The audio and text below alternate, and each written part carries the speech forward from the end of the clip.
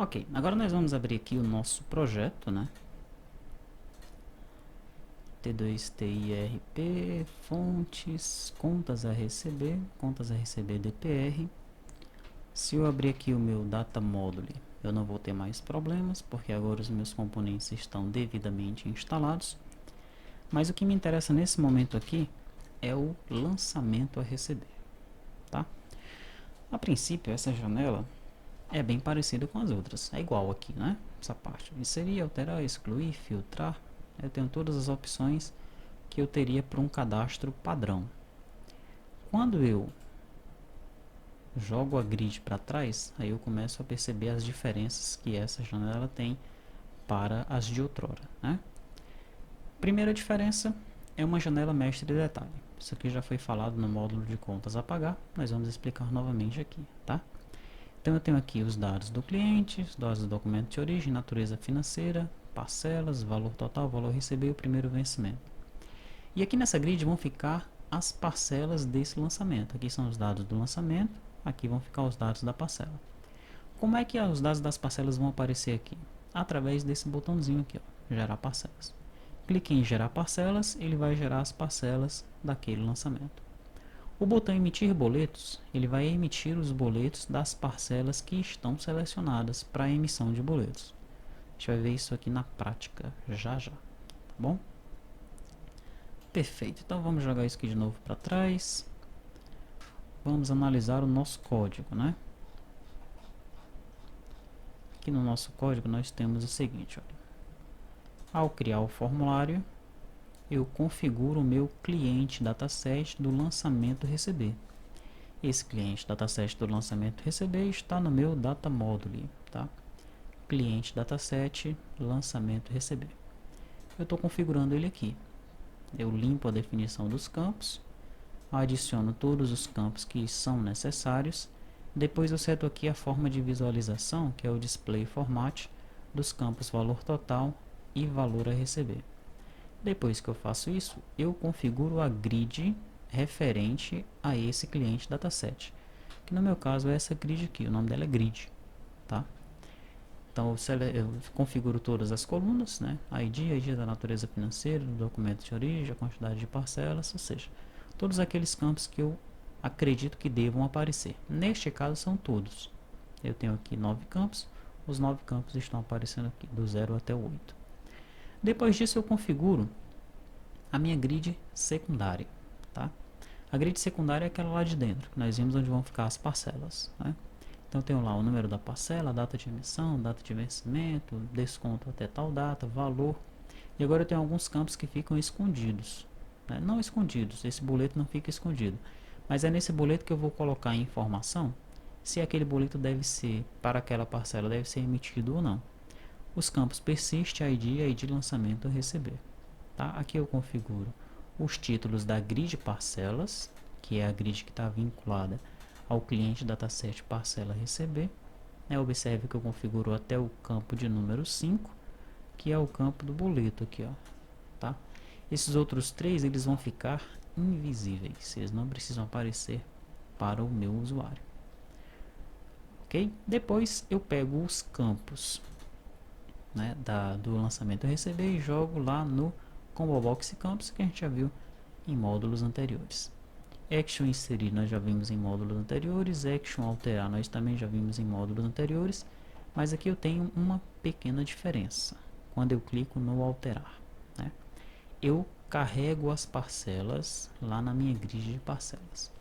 Isso já foi explicado no módulo contas a pagar, mas vamos olhar novamente, vamos observar novamente aqui como é que funciona isso, tá? Eu tenho uma variável filtro local, né? Nessa variável filtro local eu vou jogar um filtro aqui para o meu parcela receber controller, tá? O que é que o filtro vai dizer? Ele vai dizer assim, olha, você traz todas as parcelas cujo o ID do lançamento a receber seja igual ao ID que foi selecionado nesse momento aqui. Como assim? Bom, aqui eu vou ter todos os meus lançamentos, tá?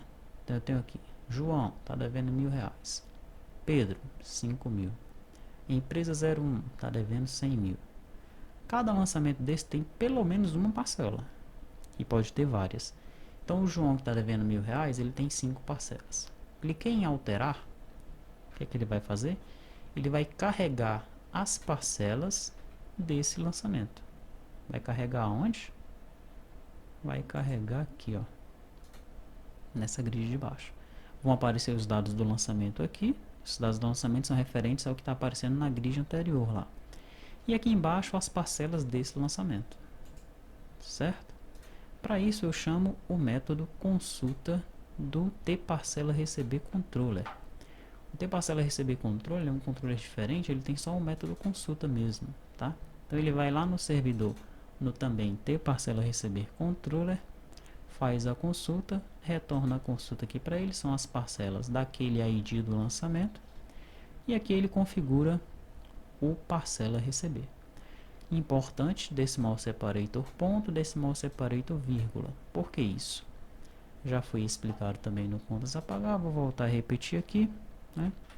Aqui é um array JSON, aqui é um tipo do JSON, então eu tenho lá parcela, tá? Parcela. Aí eu vou ter os campos aqui, F nome, Albert. Aí eu vou ter vírgula, F valor, 2,32, vírgula, F data 2010 0101.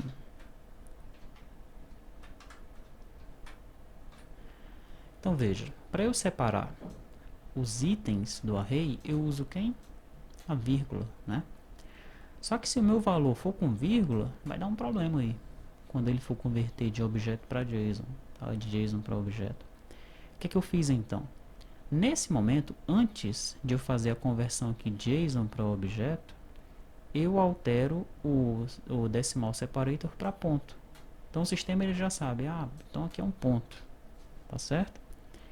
Lá do servidor, esse objeto já está vindo com um ponto aqui no lugar da vírgula, porque lá no servidor, assim que o servidor é startado, eu já coloquei lá decimal separator ponto, tá? Por que eu não faço isso aqui no cliente? Porque no cliente eu tenho entrada de dados, né? E os usuários do Brasil eles estão acostumados a entrar com dados com a vírgula. Então ficar um ponto ali na vírgula é esquisito, não é legal, tá? Então sempre que eu for aí fazer a conversão entre objeto e JSON, eu ponho o decimal separator para ponto, tranquilo? Lá no servidor não preciso fazer isso, lá o decimal separator já é ponto. Por que no servidor é assim? Porque no servidor não tem entrada de dados. O usuário não sabe o que está acontecendo, ele não entra com dados lá no servidor. Certo? Então isso vai eliminar problemas aí na conversão de objetos do Delphi para objetos do JSON. Okay? E aqui ele carrega então todos os dados lá na grid das parcelas. Isso também acontece no método consulta. Tá? Quando eu clico duas vezes na grid, o que é que acontece? Ela chama action consulta. O que é que faz a action consulta? Aqui no meu cadastro, consultar. A action consulta ela faz praticamente a mesma coisa da action alterar, né? Ela joga lá a grid para trás, traz a grid, o panel dos edits para frente e faz a consulta aqui para carregar as parcelas. Ok? Evidentemente que ela fica numa operação 3 e aquilo que o usuário ele fizer ali não vai servir para nada, ele está apenas consultando, né? Deixa eu voltar aqui onde eu estava.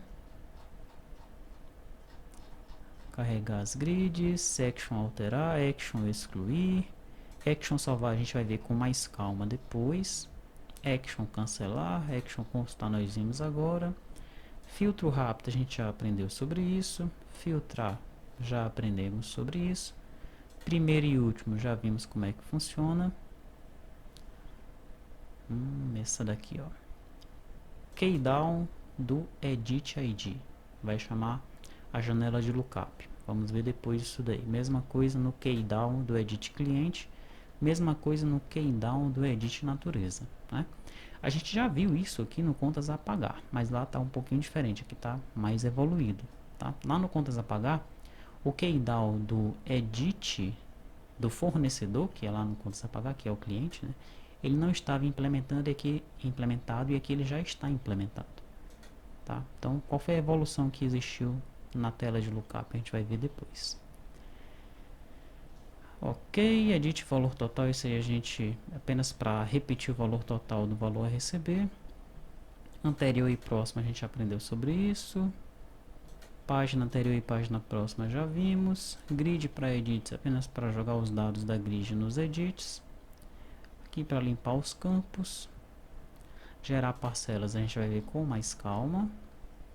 Conferir valores, isso aqui é interessante. Vamos ver na próxima aula, né? Uma coisa que ficou como um tudo lá no contas a pagar e a gente já resolveu aqui. Emitir boletos veremos na próxima aula. Verificar a paginação é coisa antiga, isso aqui também é coisa antiga. Antiga assim, a gente já viu anteriormente em outro modo, no modo lá do cadastros base, tá? E as actions de exportar, a gente também já viu como é que elas funcionam.